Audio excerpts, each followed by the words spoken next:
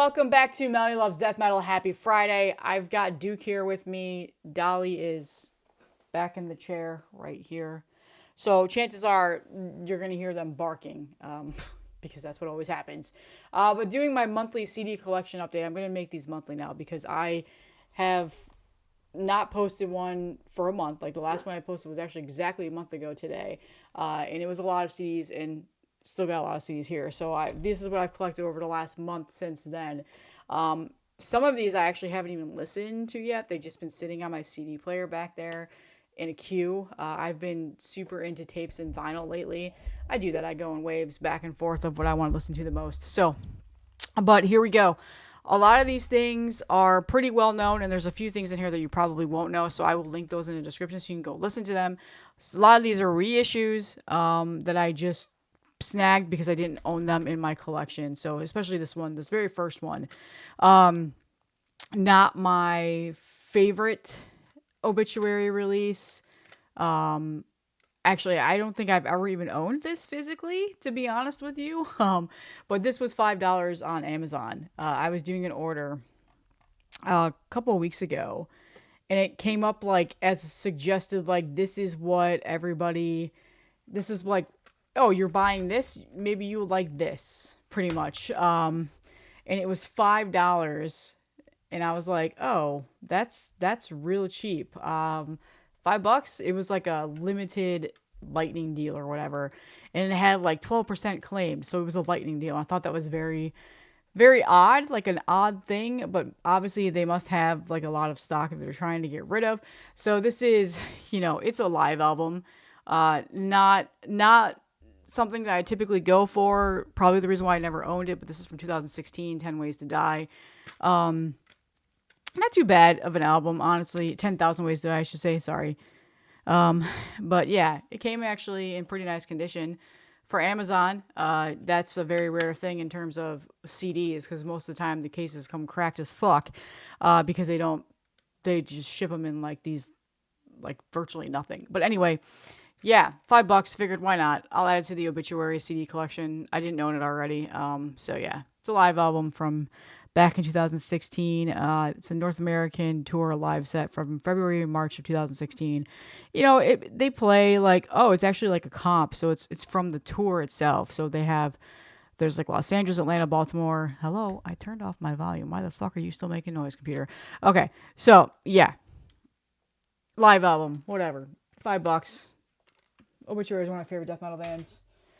There you go. I actually showed this off in the video yesterday, the Malevolent Creation video, but I'm throwing it in here because this was an addition to my CD collection. The Malevolent Creation demos. Why are you still making noises? Oh, maybe that's my phone, not my computer. Sorry. The demos that was put out on Vic Records about back in 2020.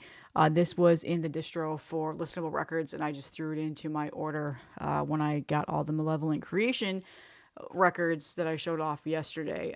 So this is one of my favorite death metal bands. I didn't think I ever owned any of these demos, but actually now that I think about it, I need to go back and look. I'm pretty sure I did own one of these like bootleg tape trader demos, at least from back in the day, and maybe traded it off or something. I'm not too sure what happened to it, but anyway, I still need to figure that out. I have like an Excel document because I'm a nerd. This is before I started using Discogs that kept track of every single thing that was in my collection, and I need to go and see if that tape is residing in there. So someday I should probably translate that all into Discogs because I don't know why, because it has the pricings and shit like that with it, which aren't usually that relevant. But someday that'll be a project that I'll start when I got nothing better to do with my time. So there you go. That was the second tape or CD that I got in. Okay, I'm gonna save some of this stuff from the very end. I'm gonna get the most notable stuff out of the way here. All right. Okay, so Hell's Headbangers did a bunch of reissues for the Christian albums. I originally had these on vinyl, but I sold them. But then Hell's Headbangers came out and was like, hey, we're reissuing these on these really nice hardback digibooks.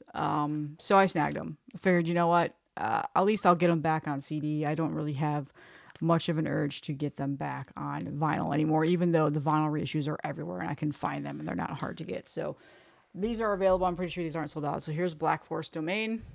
Really, really nice.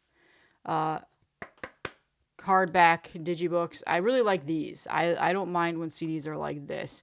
These are similar to the Niflheim ones that I showed off last month, where it's got the lyric book at the end and then a little sleeve that the CD sits in, like that. So these are really nice reissues. I've actually had these for a little while now. So good stuff. There's that one. My favorite one, Apocalyptic Revelation. I actually would probably get this back on vinyl because this is my favorite Christian album, one of my favorite death metal albums. So yeah, there's the booklet at the end, and then the little CD sleeve here.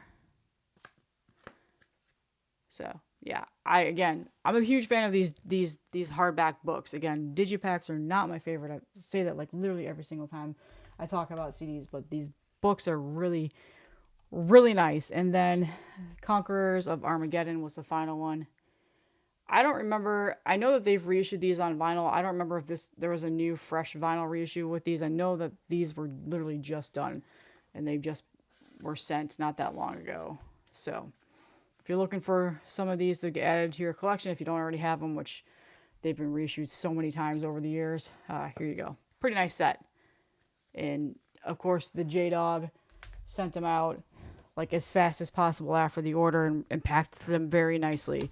Actually, I don't know if it was Justin. I don't know if he's the main packer there. I'm pretty sure they probably have other people that do packing too. But Hell's Headbangers always ships out that shit fast and they pack it real nice. So there we go. All right. Now, time for a new release. Admittedly, the first time I've ever bought one of their albums physically. Still digesting it a little bit. I do really like it. On the first two listens that I've listened to, I have really enjoyed it. However, I'm really not in the mood for black metal at the moment, at least not this style of black metal. But the new 1349 album came out, 2-3 weeks ago. The Wolf and the King on Season of Mist. So I did pick up this copy off of, I don't remember if I got this through their Bandcamp or through Season of Mist, but it's this really long digipack, which I've also said I like Season of Mist digipacks. They do a really nice job of it. This one is a huge panel one, very glossy, as you can see. Here's the lyrics on this side. And then the other side, it's so long. It's like a CVS receipt on this side. So 1349 is a band that I relatively still keep up to date with. They've been around, since the early 2000s. They're from Norway, so Norwegian black metal.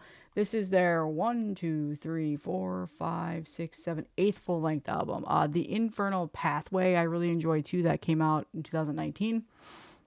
But right now, I haven't fully digested it yet, but I do, upon the first two listens, I really enjoy it. Not really reinventing the wheel here. It's very much just 1349. You hear it and you know exactly that's who it is. But yeah, I need to just spend a little bit more time with it. Again, not in the biggest of mood for black metal right now. Black metal tends to hit me when the colder seasons start to happen, which doesn't really exist in Florida, but they do for like a month, maybe like 3 weeks at the end of December, beginning of January. So that's usually when like I really, really start to get into black metal. Around the Halloween season, I start to get really immersive into death metal and like Death Doom and Funeral Death Doom, and then I like segue into black metal. It's like every year, it's like when the seasons change, my music taste change too, or like my music listening habits. So yeah, that's the new release. I'll link that in the description so you can go listen to it. I'm trying to remember when that came out. It was like fairly recently, October 4th. So yeah, it's been a couple weeks now. So there's that. Hello, cat. My cat has not made an appearance on here in a while. All right. So I was scouring Night Shift Merch's page a couple of weeks ago for some Fulci stuff, because that was back when I was hunting the reissues, and I thought maybe, they carry Fulci. Do they have them? They don't, but they do have this, and I never picked this up when it came out, and it's the Fulci and Fluid split. It's on the Slim Case CD. This was like the only thing from Fulci that they had released that I still hadn't purchased yet. So I picked this up. I really like these Slim Case CDs. They remind me of my childhood, like when I was collecting CD singles and stuff like that. So that's pretty much all it is. I mean, you pretty much know what you're getting with this. Fulci has, it's a 2-song split, or sorry, 3-song split. Fulci has 2 songs and Fluids has 1. The Fluids song is like 7 minutes long. Fluids has been a band that's just gone through so much change over the years of their singers and stuff like that, but I do really enjoy the song that they have on here. So yeah, this is still available. Night Shift merch. I'll link it in the description so you can listen to this. This came out, when did this come out? Fairly recently. Let me check. I don't remember. Fulci Fluid Split. August. Oh my god, this came out in 2022? Holy shit. Wow. All right. I completely slept on that. This has been out for 2 years now. So yeah, but it's still available. And there's also a cassette tape too, so snag it. All right, now we're getting into some stuff that maybe will not be as well known. Maybe we'll see. I don't know. I don't remember if I showed this off in my last video. So if I've already showed this off, I'm sorry. It just I was gonna go back and look and see if I did, but I don't think I did. I definitely showed it off on Instagram, so maybe that's why I'm confused. But Doomed to Obscurity Records, who I did a whole video on and did a giveaway, VCD, reissued 2 of what I consider some of the best, like, underground, obscure death metal albums ever made. I had these back in the day of when I first had my CD collection. I'm pretty sure they were just burned copies, though. But he has now reissued them, and I snagged them as fast as I possibly could, and that is Abominant, the first 2 albums. So Unspeakable Horrors was from 1996, and this album is fantastic, but the second one I actually enjoy more. But this album is fantastic. If you've never heard this band, they transitioned more into melodic death metal later on in their career. But these first 2 albums I'm way, way more familiar with. I have not really listened to anything past this because I kind of forgot about them, and I don't really see much press around them. Actually, I don't even know, like, what label are they on now? Are they on Deathgasm Records? Oh, that actually looks like a really cool album, though. Some nice album artwork. Actually, I don't know if they've transitioned them in melodic. I think they're saying it's kind of melodic death metal. I don't know. Anyway, this album is fantastic. So Doomed to Obscurity Records, awesome label. I love that he's finding these gems and reissuing them on CD. So I saw that he posted it on Instagram, and I immediately went and bought it from the Bandcamp. I will link in the description where you can find this. So it has really nice details in here. It talks about the history of this release after they released their promo, like all around how they released it, what songs they decided to use. It has all the lyrics in here. It's a really nice booklet. In terms of like archiving something from the underground death metal scene, they did a really good job. So it talks about each track in here, where it was recorded, and all those things on here. So again, phenomenal. I mean, this is like old school 90s death metal that you can expect. There is definitely some melodicism in the second album. This one they start to hint a little bit at it too, but it's very good. They're no longer together. They're from Kentucky. But yeah, this album, and then of course I got In Darkness Embrace. I love this album. It's very different. It's very unique. It's a little bit weird. It's a lot different than this one. Some people actually really, I just remember like the pulse on this is some people were kind of like, when they first heard it because it was so different. But I feel like this aged really, really well. And listening to this was really fun to reconnect with this album because it has been a very long time since I've heard this. This came out on Wild Rags. I think this did too. So these were originally Wild Rags releases. This came out in 1997. Again, I will link this in the description if you've never heard any of this. I know some of the old school death metal aficionados on here that follow me already know about this, and we've had talks about it, and we're happy to see that it got a nice reissue. The awesome artwork. But again, it goes into Has like a cool like little newsletter here, like from a zine and stuff like that, and the lyrics. So yeah, really awesome images. Just really nicely done CD. And I forgot, he wrote me a nice little note again. I kept it in the CD. It said this one, they were remastered audio and stuff like that, and they sound great. So man, yeah. So one of those like underground obscure death metal albums that I don't like, just back when this was the only thing that I was like hunting. I've definitely found this from a messaging death metal messaging board. Remember those things that I used to be in way back when. That's how I learned who Ken from Ken's Death Metal Crypt was. So yeah, again, links will be in the description of where you can listen to this and where you can buy these. Shout out Doom to Obscurity, awesome stuff. Definitely got my notifications on for his social media and Bandcamp pages now to know about the new releases, because he's already put out some really good things that I just am super happy that I have in my collection now. Okay, this next one, fucking awesome. If you're not into brutal death metal, you're probably not going to like this album. But I absolutely love this. This is by far going to be one of my favorite EPs on the year, if not my favorite EP. And it actually took me by surprise how much I fell in love with it. This is Emasculator. Yes, that's right, Emasculator. Tampon boys, if you're sensitive, you might want to just get off the video now, because this is an all-women brutal death metal band on New Standard Elite. This just came out. Actually, I think today is the official release day for it, now that I think about it. Yes, today is the official release day for this. However, I've had this for like 3 weeks now. It came out super early. But today is the official release day for this. It is called The Disfigured and the Divine.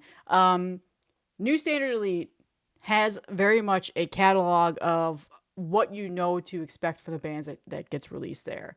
And that is brutal death metal, just things that are insane that your ears have a hard time comprehending, just really filthy, disgusting brutal death metal. Like, that's the label. And you really, for me personally, I don't generally have to be in the mood for that. I'm just always in the mood for that.